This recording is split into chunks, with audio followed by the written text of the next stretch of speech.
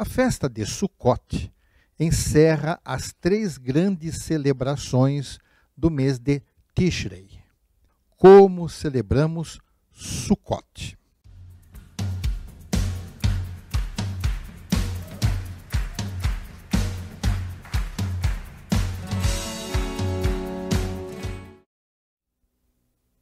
Shalom!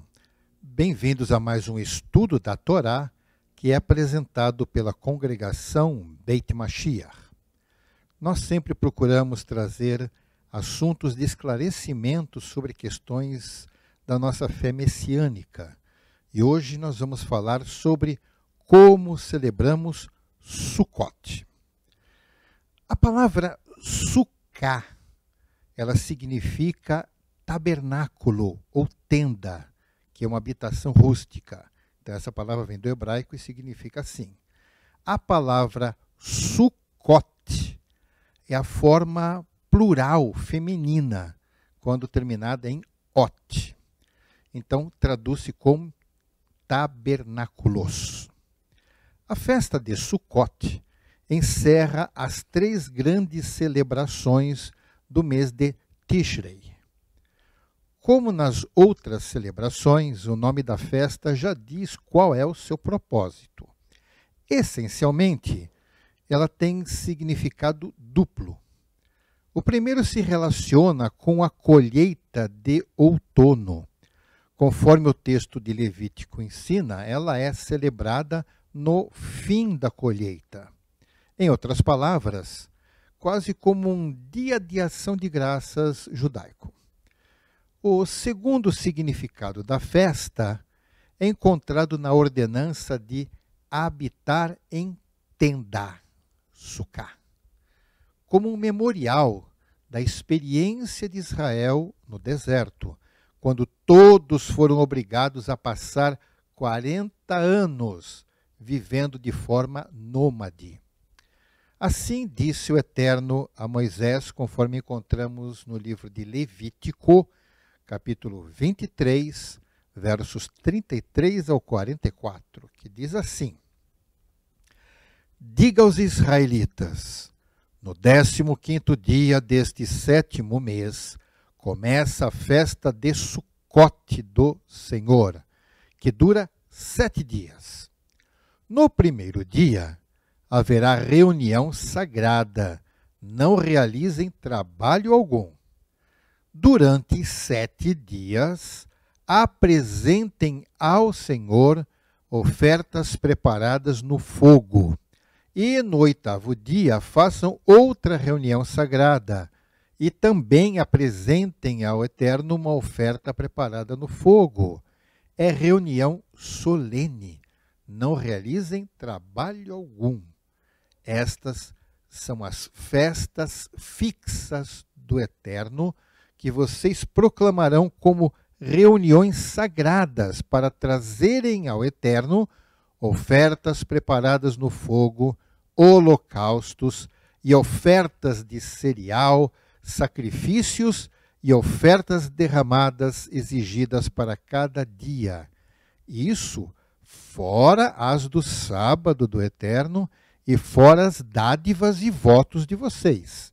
E todas as ofertas voluntárias que vocês derem ao Senhor. Assim, começando no 15º dia do 7º mês, depois de terem colhido o que a terra produziu, comemorem a festa do Senhor durante 7 dias. O primeiro dia, também o 8º, serão dias de descanso. No primeiro dia, vocês apanharão os melhores frutos das árvores, folhagem de tamareira, galhos frondosos e salgueiros, e se alegrarão perante o Eterno Deus de vocês durante 7 dias. Comemorem esta festa do Eterno durante 7 dias todos os anos. Este é um decreto perpétuo para as suas gerações. Comemorem-na no 7º mês. Morem em Sucote durante 7 dias. Todos os israelitas de nascimento morarão em tendas, para que os descendentes de vocês saibam que eu fiz os israelitas morarem em tendas quando os tirei da terra do Egito. Eu sou o Senhor, o Deus de vocês. Assim anunciou Moisés aos israelitas as festas fixas do Eterno. Assim, em obediência ao Eterno, nós devemos atentar em celebrar estas festas de maneira mais correta possível. Antes do dia 15 de Tishrei, todos os que puderem devem montar em suas residências uma sucá. Tradicionalmente, as sucotes são feitas de forma rústica. As paredes devem ser fortes o suficiente para suportar um teto feito com cobertura de folhas. Não há uma receita absoluta para a construção de sucote. A criatividade pode ser usada desde que não se use estruturas permanentes na cobertura. Costuma-se, pelo menos, tomar as refeições sob a sucá durante os 7 dias de duração da festa.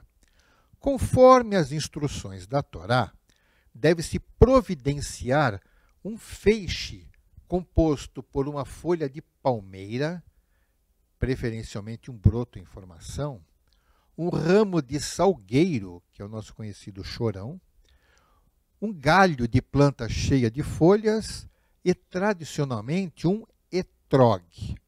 Etrog é um fruto do tipo da cidra, que é característico do Oriente Médio. Pode ser também usado um limão siciliano ou um fruto perfumado.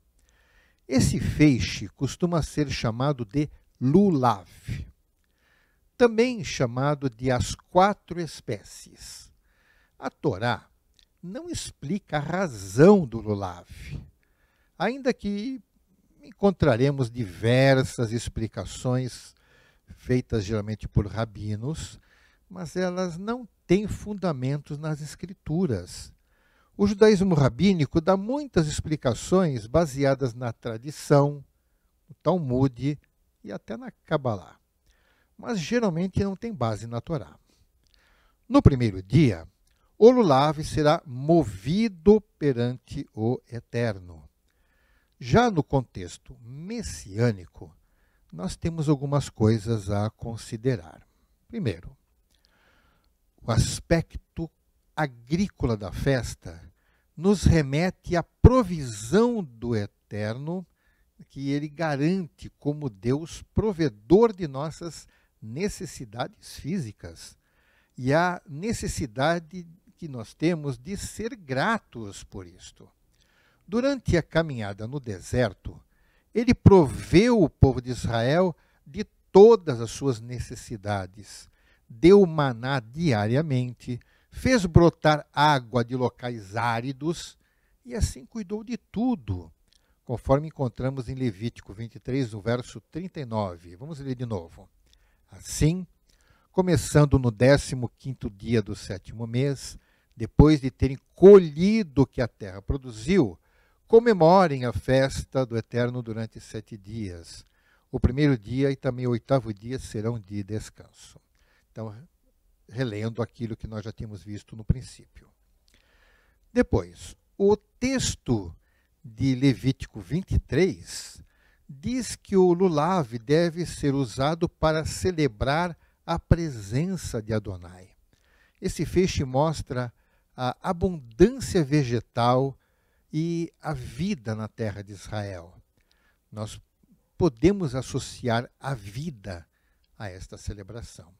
No verso 40 diz assim: no primeiro dia vocês apanharão os melhores frutos da terra, folhagem de tamareira, galhos frondosos e salgueiros, e se alegrarão perante o eterno Deus de vocês durante 7 dias.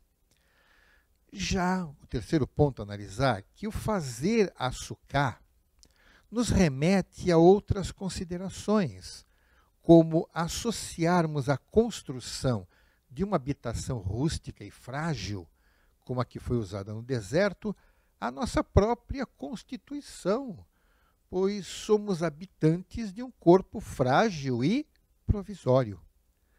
Pois um dia nós vamos deixá-lo para termos uma habitação permanente.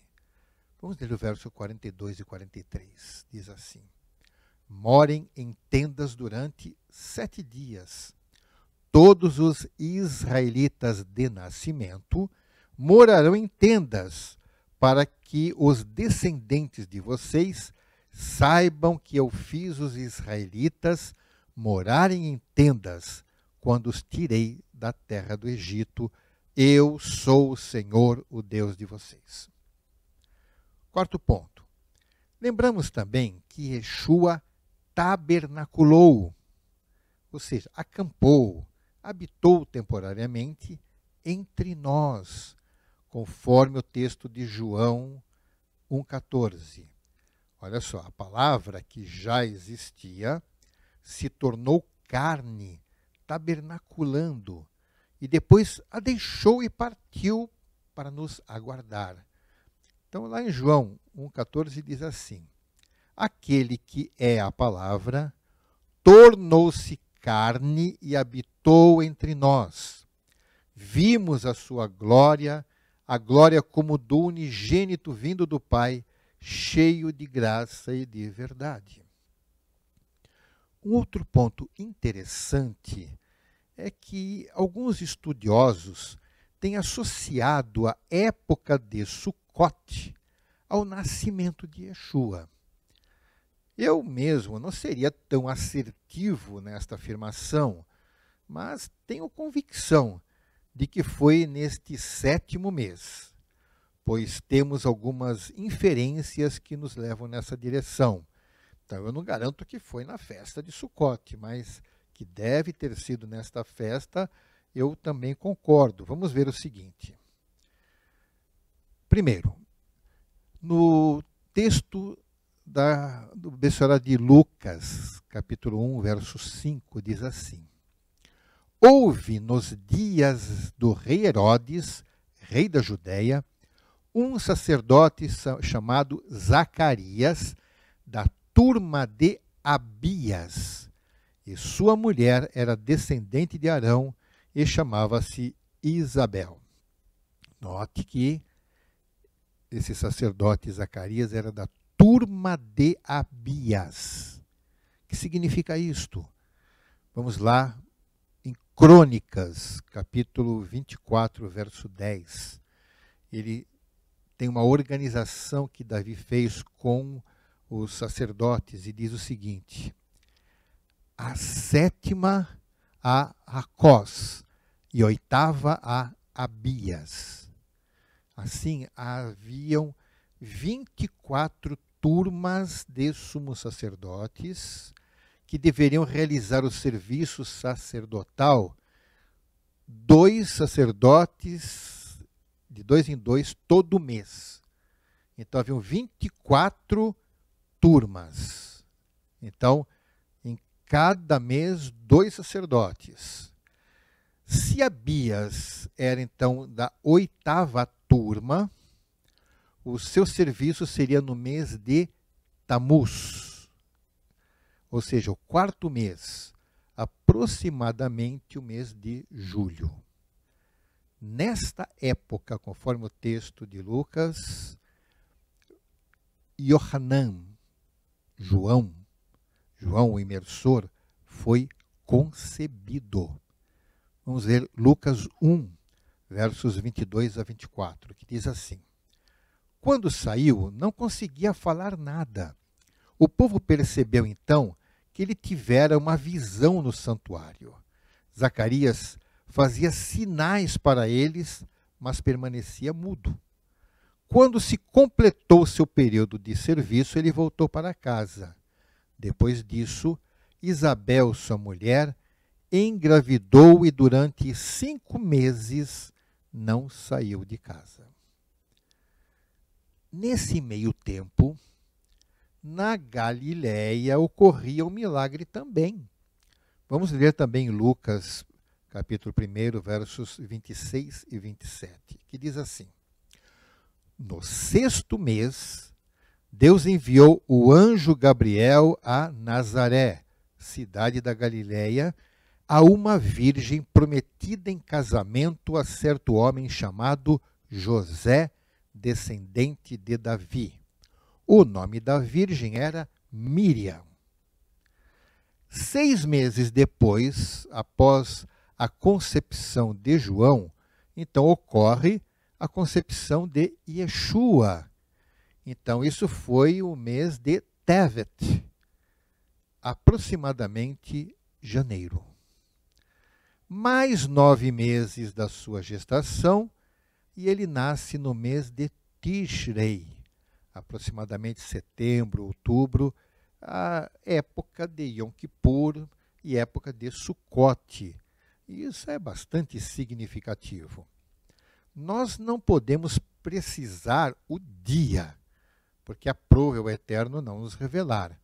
Porém, a época do seu nascimento nos é permitido saber. Não significa de forma nenhuma que nós devamos procurar celebrar o natalício de Yeshua em setembro ou outubro. A Torá não nos orienta a isto, mas com certeza não é em dezembro. Sukkot nos faz meditar sobre alguns pontos importantes. 1. Nós, como seres humanos, somos frágeis em nossa habitação terrena. Esta habitação não terá uma duração muito longa, né? Um dia ela se desfará e retornará ao pó. Mas temos a promessa de que receberemos uma habitação permanente que estará à nossa disposição no reino do Eterno. Conforme João 14, verso 2, diz assim: Na casa de meu pai há muitas moradas. Se não fosse assim, eu lhes teria dito, vou preparar-vos lugar. Outro ponto. O Messias deixou a sua habitação celestial e divina para residir em uma habitação igual à nossa, para nos resgatar da destruição da nossa fragilidade. Ele não poderia permanecer no seu corpo humano permanentemente. Por isso, precisou passar pela morte.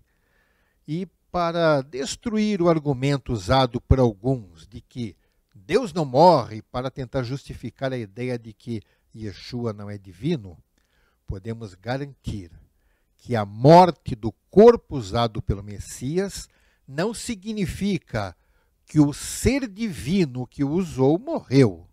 Óbvio que não. Ele continua vivo e está sentado à direita do Eterno, ou seja, voltou à sua condição original.